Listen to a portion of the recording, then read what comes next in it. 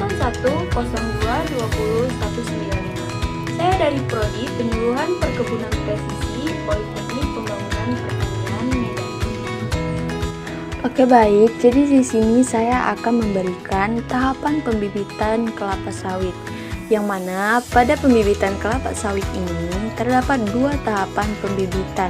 Yang pertama menggunakan satu tahap atau single stage, yang mana penanaman kecamba langsung dilakukan ke pembibitan utama atau main nursery yang berada pada polybag besar. Dan yang kedua pembibitan dua tahap atau double stage, yang mana dalam pembibitan ini kecamba ditanam dahulu pada pembibitan awal atau main nursery selama 3 bulan pada polybag kecil, kemudian dipindah lagi ke pembibitan utama atau main nursery dalam polybag besar selama 15 bulan. Oke baik, di sini saya akan memberikan tahapan pembibitan kelapa sawit dengan cara pembibitan dua tahap atau double stage. Oke, langsung saja kita lihat bagaimana cara pembibitan dua tahap pada kelapa sawit.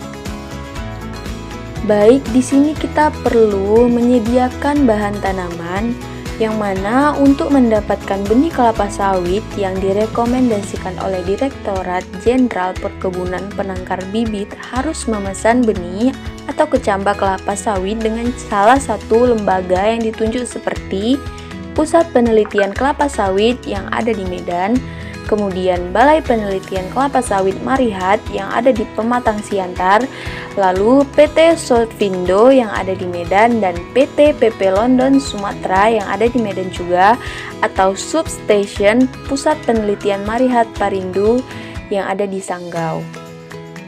Kemudian kita juga perlu menyiapkan kecambah dari kelapa sawit tersebut, yang mana perlakuan terhadap kecambah itu meliputi kecambah harus dalam keadaan sejuk, lembab, dan terhindar dari matahari langsung sampai saat penanaman.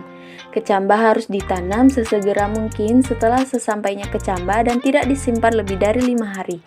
Kecambah hendaknya disimpan dalam ruangan dengan suhu 22-24 derajat Celcius. Kemudian kita perlu menyiapkan media tanam, yang mana media tanam sebaiknya berasal dari tanah topsoil gembur. Tanah yang kurang gembur dapat dicampur dengan pasir dengan perbandingan 3:1, bebas dari hama dan penyakit. Lalu kita perlu mempersiapkan lokasi dari pembibitan kelapa sawit ini, yang mana syaratnya adalah lokasi dekat dengan areal penanaman atau kebun, dekat dengan sumber air dan sumber tanah pengisi polybag, topografi datar dengan kemiringan kurang dari 15 derajat, memiliki akses jalan yang baik dalam segala cuaca, terhindar dari banjir, kondisi kedap air dan angin kencang, aman dari gangguan hama, ternak, dan manusia. Oke, sekarang kita masuk ke dalam pembibitan awal atau pre-nursery, yang mana persiapan lokasi untuk pembibitan awal ini yaitu ukuran bedengan 10 x 1,2 meter dengan arah utara selatan, selanjutnya dibuat kanaungan. Kemudian bagian dasar bedengan dibuat lebih tinggi dari permukaan. Lalu tambahkan papan sebagai pemisah persilangan atau kelompok pertumbuhan. Lalu sekarang kita masuk ke dalam tahapan penanaman kecamba pada pembibitan pre-nursery. Yang pertama yaitu kantong kecamba dikeluarkan dari kotak secara hati-hati dan ditempatkan dalam baki dangkal berisi air agar kecamba tetap dingin. Dan yang kedua, kantong dibuka dan dipercikkan dengan air untuk memberikan kelembapan pada setiap kali penanaman bila cuaca panas. Dan yang ketiga, polybag dibuat lubang tanam dengan kedalaman 2 cm.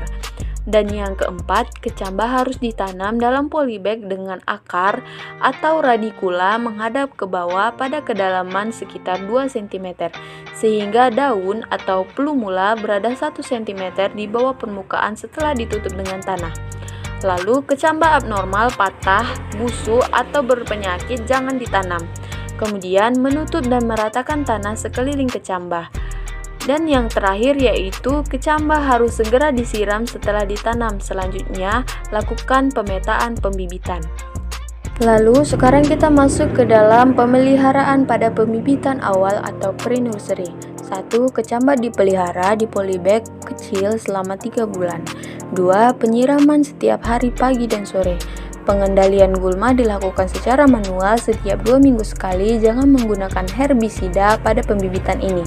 Lalu pemupukan dilakukan setiap seminggu sekali menggunakan pupuk urea sebanyak 2 gram per liter air dengan cara disemprotkan, dan pupuk NPK sebanyak 2,5 gram per polybag.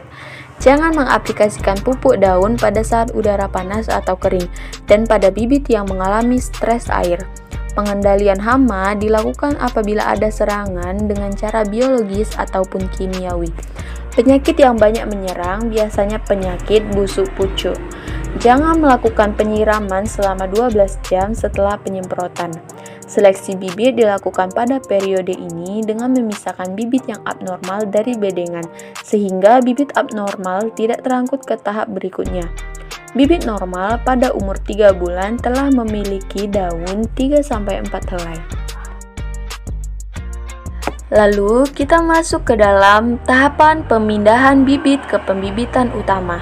Sehari sebelum bibit dipindahkan, tanah pada polybag harus disiram sampai jenuh.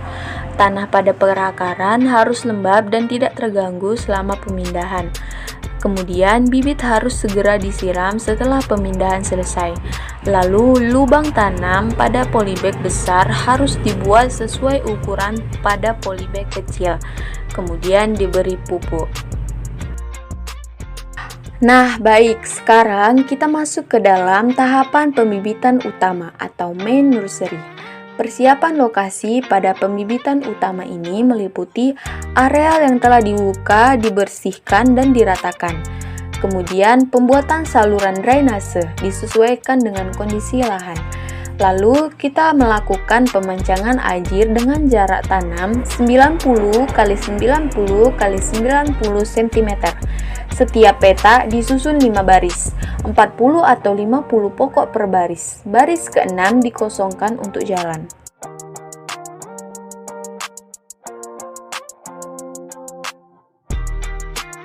Setelah kita selesai melakukan pemindahan pada pembibitan utama, sekarang kita masuk ke dalam tahap pemeliharaan pada pembibitan utama, yaitu 1. Pembibitan berada di polybag besar selama 9-12 jam. 2. Penyiraman dilakukan 2 kali sehari apabila tidak turun hujan. Yang ketiga, pengendalian gulma di dalam polybag dilakukan secara manual, sedangkan gulma di sekitar polybag dapat dikendalikan dengan herbisida secara hati-hati. Yang keempat, pemupukan dilakukan dengan cara ditaburkan secara merata di sekeliling bibit kira-kira 5 cm dari pangkal batang. Jangan sampai pupuk mengenai bibit. Yang kelima, aplikasi pemupukan dengan dosis kecil dan frekuensi sering lebih baik dibandingkan aplikasi dosis besar tapi frekuensi jarang. Yang keenam, pemupukan seharusnya dihentikan 1 bulan sebelum dipindahkan di lapangan.